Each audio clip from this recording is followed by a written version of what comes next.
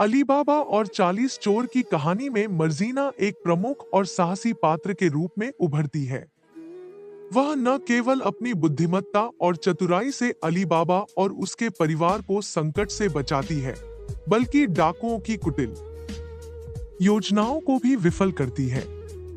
मर्जीना का किरदार दिखाता है कि कैसे एक सामान्य दासी अपनी सूझबूझ और साहस से किसी के जीवन में बड़ा परिवर्तन ला सकती है।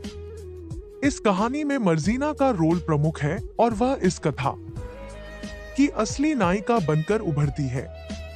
अली बाबा एक साधारण लकड़हारा था जो जंगल से लकड़ियां काटकर अपने परिवार का भरण पोषण करता था। उसकी आर्थिक स्थिति बहुत कमजोर थी, लेकिन वह मेहनती और ईमानदार व्यक्ति था।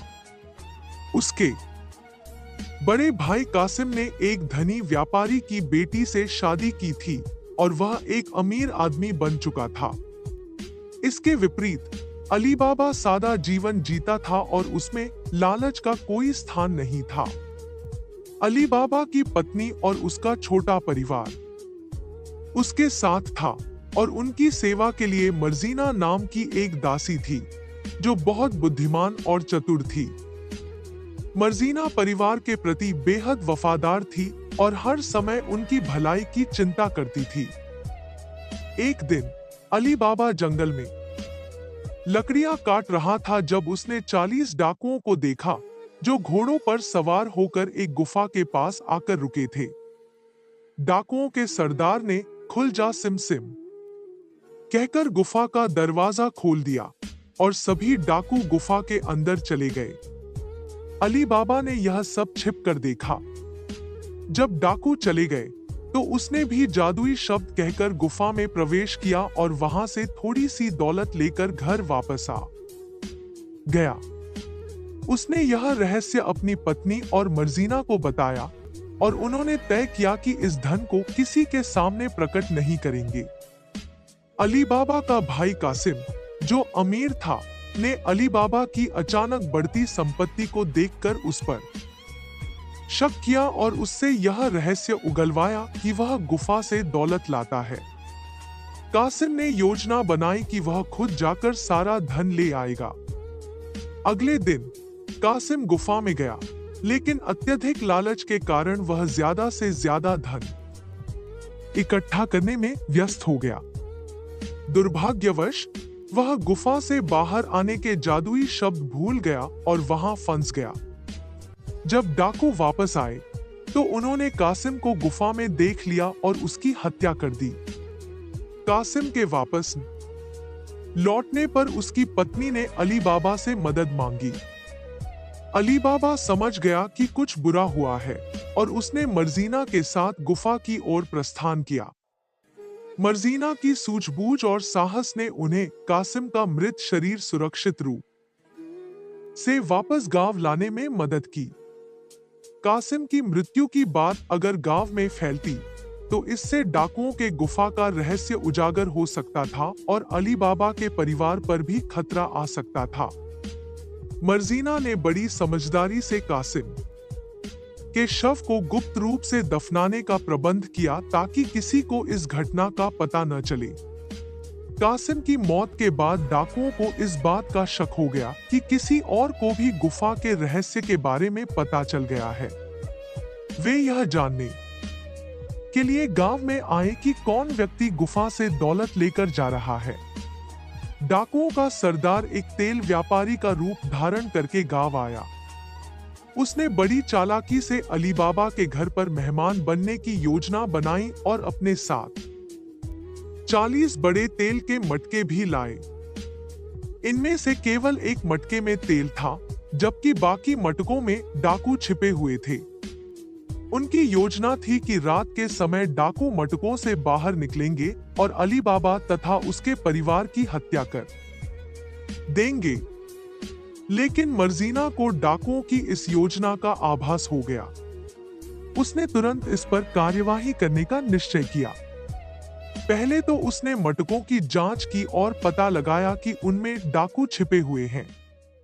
फिर उसने बड़ी होशियारी से सभी डाकुओं को मारने की योजना बनाई। उसने तेल के मटके में से तेल निकाला और उसमें आग लगाकर एक एक करके सभी मटकों में डाल दिया। इससे सभी डाकू जलकर मर गए।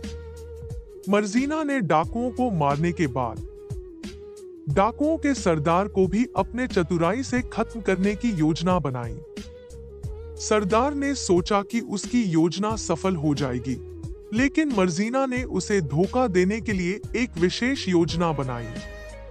उसने अली बाबा से सरदार को आमंत्रित करने के लिए कहा ताकि वह उसे किसी भी प्रकार की शंका न हो।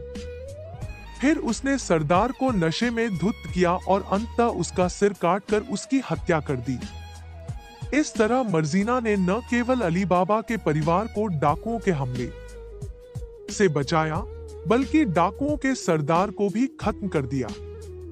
मर्जीना की यह वीरता और चतुराई न केवल अली बाबा के परिवार को बचाती है, बल्कि उसकी वफादारी और साहस को भी उजागर करती है।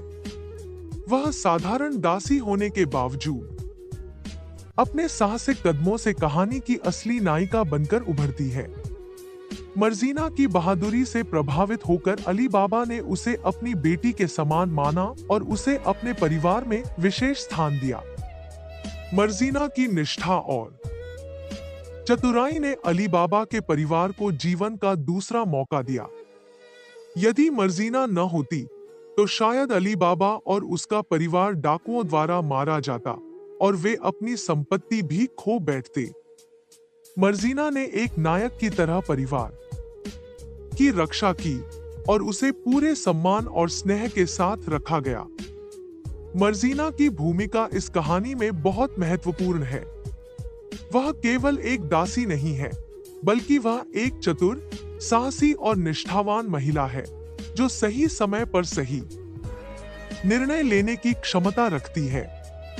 उसकी सूझबूझ ने अली बाबा को डाकुओं से बचाया और उसका नायकत्व पूरी कहानी का केंद्र बिंदु बन गया। वह दिखाती है कि शक्ति और वीरता केवल शारीरिक बल में नहीं होती, बल्कि बुद्धि और साहस से भी जीवन के बड़े संकटों को टाला जा सकता है। अली बाबा और 40 चोर की कहानी से हमें यह सीखने को मिलता है कि जहां एक ओर लालच और स्वार्थ विनाश की ओर ले जाते हैं, वहीं दूसरी ओर बुद्धिमत्ता, साहस और निष्ठा सफलता और सुरक्षा का मार्ग प्रशस्त करते हैं। कासिम का लालच उसे मौत के घाट उतार देता है, जबकि अली बाबा और मर्जीना की ईमानदारी और चतुराई उन्हें न केवल डाकुओं से बचाती है, बल्कि जीवन में समृद्धि और सुख भी प्रदान करती है। मर्जीना का चरित्र विशेष रूप से यह सिखाता है कि जीवन में कठिनाइयों का सामना करने के लिए न केवल बल, बल्कि बुद्धि, धैर्य और साहस की आवश्यकता होती है।